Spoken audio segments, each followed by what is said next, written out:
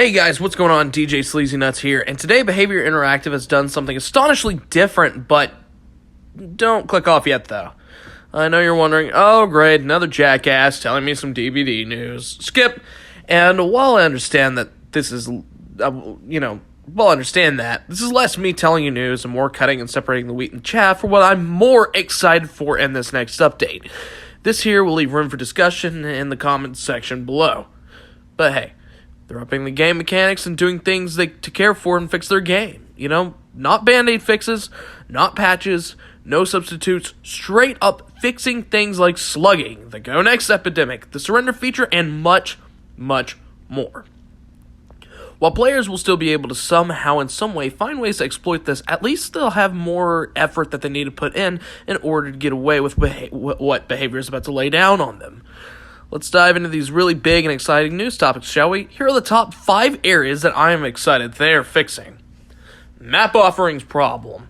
Probably the biggest screw you to one of the biggest miseries in DBD, as in general. The map offerings. The map offerings are getting a rework, but it's not guaranteed to be able to fully work. It will now be 1/5 likely you'll be able to get to go to the map you desire.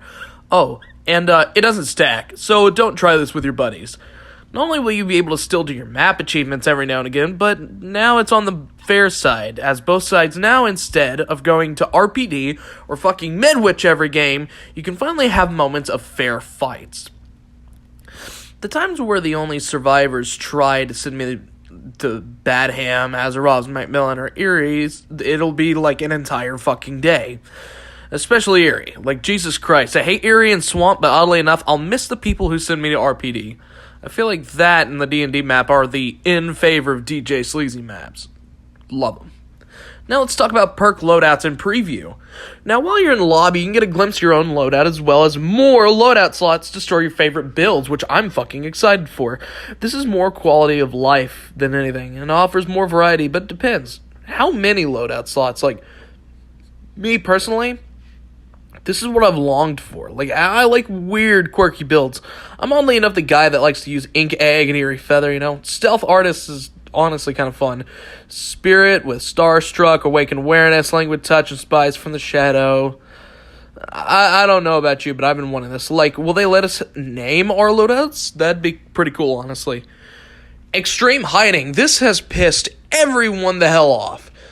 2 people, 5 gens, and they're sitting in a locker for minutes or standing too long, like behind a rock. They're going to eliminate that by making AFK crows quicker to spawn in and give them away. Oddly enough, this is like, I don't know. I don't know why it's always Aces and Leons that do this to me. Sometimes I want to be getting to the next game, but Louie and Dewey are trying to get on my nerves and make me fucking force search lockers for like 5 to 10 minutes. Well, I get that this is a party game version of hide and seek. I feel like tag is a lot more engaging, so like, don't be that guy. The next 2 parts are the best parts. Bulk blood point spins.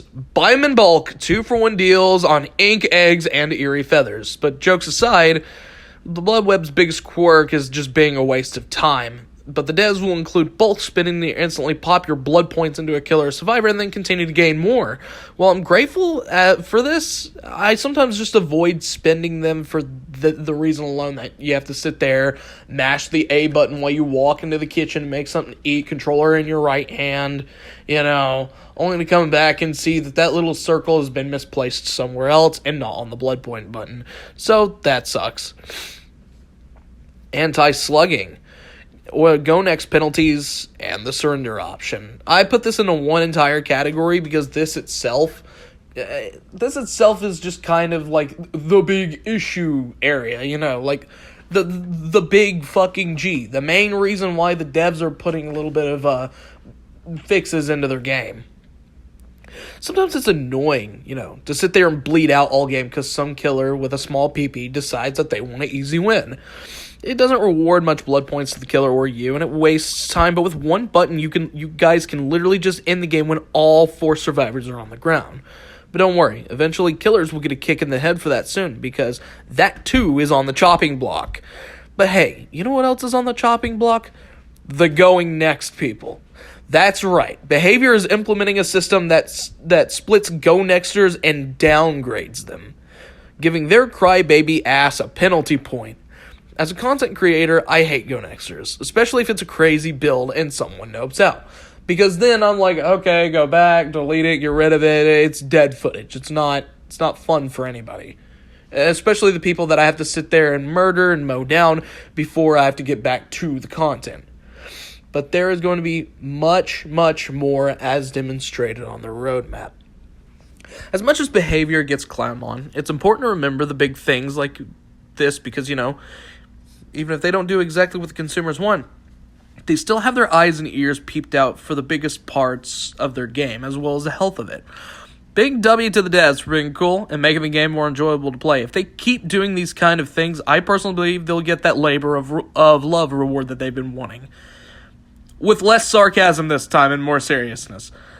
Anyways, I hope you enjoyed the video, and keep your eyes peeled for more on the channel. But anywho, you've got games to play, so get the hell out of here, and I'll be seeing you in the fog.